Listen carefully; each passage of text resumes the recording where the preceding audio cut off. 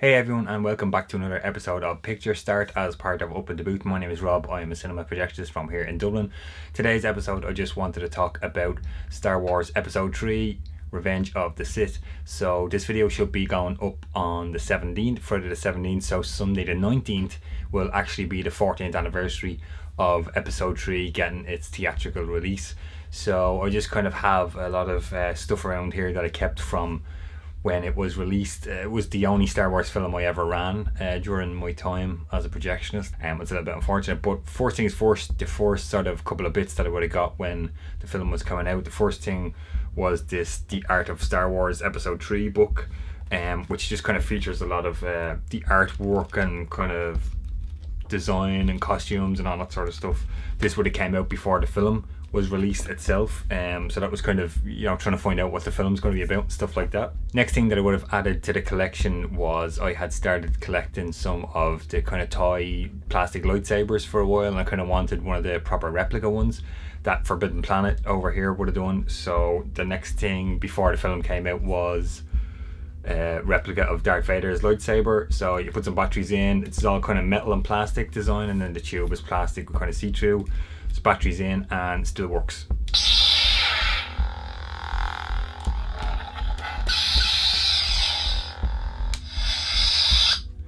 So pretty cool. That goes on, it actually comes with kind of a base that you can display it on, so I'll throw in some clips here of how I have that displayed in my room.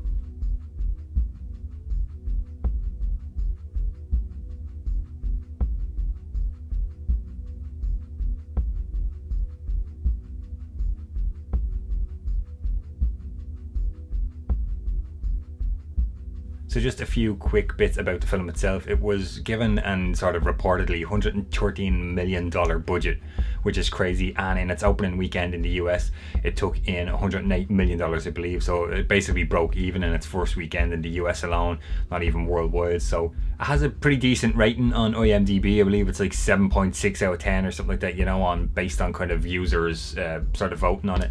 I rewatched it recently, just last week, before I filmed this episode. I recently upgraded all my stuff here at home: 4K TV, 4K Blu-ray player, and new amp and surround sound and all that. And what I have found with the 4K TV, just in general, not just with Star Wars, but is it's not very kind looking to standard definition stuff.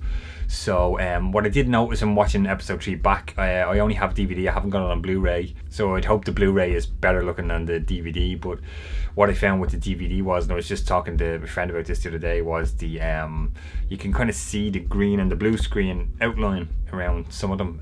It wasn't really fully taken out, if that makes sense, which you probably wouldn't have seen in standard definition on DVD back at the time, but you can spot it now. So the next thing to happen in terms of the film, I was working in UGC at the time, which is currently Cineworld.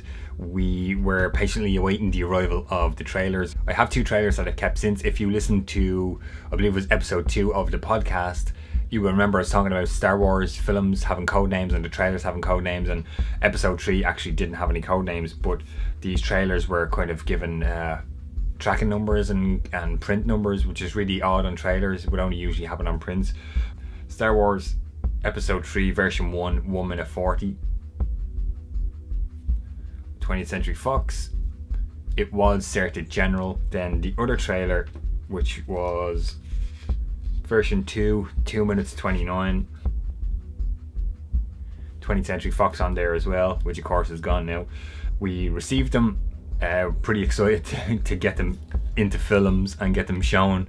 We put them in, and it had to have been this version 2, the PG rated trailer, because we put them into films and there was like an issue then that they weren't certed or hadn't been certed here yet by IFCO, and we had to pull all the trailers. Then we, like, you know, spent the whole Friday getting them in, and then Friday morning, and then they had to be pulled sort of Friday afternoon. I'm not too sure if somebody sort of complained that we were running them and we shouldn't have been.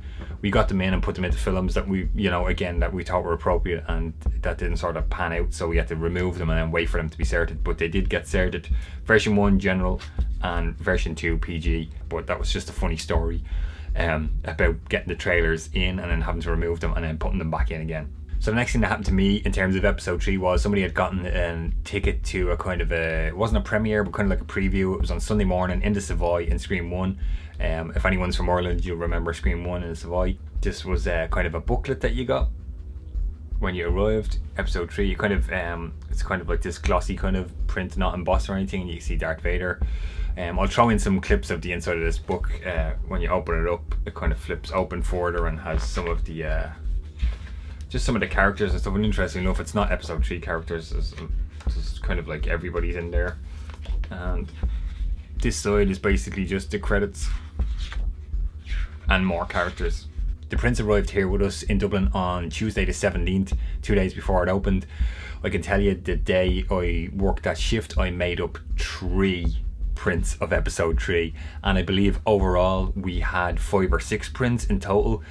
Keeping in mind UGC / Cineworld now was and still is Ireland's largest cinema, 17 screens. Anything big like that would have got a lot of prints, so I believe there was 5 or 6, at least 5, probably 6, and I made up 3 in one day on the shift I was on. Yeah, crazy stuff, but I did get to keep some little bits and pieces off the prints. So what I actually done was I eventually, when everything sort of ran its course and the 5 or 6 prints had finished, I packed off the last print that left there. And what I actually done was I kind of cut off the it was either the head or the tail kind of titles off the reels. So if you're a projectionist, you'll kind of know what these are. They're basically these. You won't be able to see, but I'll show you on the bench. It just has the title of the film, but what I kind of found interesting was there was different colors with episode 3. So reel 1 and 2, 3 and 4, 5 and 6. So 6 reels in total, 2 hours 20 minutes runtime, and 239:1 scope film with SRD soundtrack. So as I mentioned in probably a previous video or some of the podcasts, when we would make up these prints, there would be sometimes cement joins or lab joins, and it was our thing to cut those out and remake those joins as their own. I was able to kind of cut out some frames. You're not going to be able to see those here, but I'll throw in some close-ups. There's a really cool one of Anakin and Obi-Wan there, cement join, and a couple of other little bits and pieces, just cement joins out of those 3 prints that I would have made up, as I mentioned. Yeah, so 5 or 6 prints, you know, within that 17 screen cinema. I think it's safe to say episode 3 doing phenomenal business at the time. Weeks and weeks and weeks and weeks. Those prints lasted a very long time. Obviously not the full 6 of them, and some of those prints probably would have been interlocked as well, so you're talking more than 5 or 6 screens. People were mad for Star Wars at the time and wanting to see the conclusion to this, you know, this 3-part story of Anakin becoming Darth Vader. Some other stuff I did keep from around the time was I just kind of have this folder full of any sort of magazine clippings and covers to do with anything to do with Star Wars. I just kind of filled up mostly episode 3, just articles. There's a couple of cool covers for Empire Film Magazine, alternative covers, other covers further on, all stuff like that I would have kept. There's a whole folder full of there. The only other kind of episode 3 stuff I have some memorabilia myself, some figures and stuff I have sort of collected. I believe it was NECA made them, I'm not 100%. Again, I would have picked those up in Forbidden Planet over here. I'll show you a couple of shots of those. And I do have 2 quad posters, which I'm not going to show you in this episode. I'll do those in an episode of featured poster. So that's going to do it for this episode of Picture Start about Star Wars episode 3. If you liked the video, please give it a thumbs up. Don't forget to subscribe to the channel. If you've already subscribed, don't forget to hit the bell so you get notified every time I post a new video. Lots more content and stuff coming soon with the videos and the podcast. Don't forget to head over to the website upintheboothpodcast.com, where you can check out all the videos, all the episodes of the podcast, and you can shop and pick up some of the t-shirts and stuff that I sell on there, some of the film related t-shirts and other cool stuff. Thanks for watching, guys, and I will talk to you on the next episode.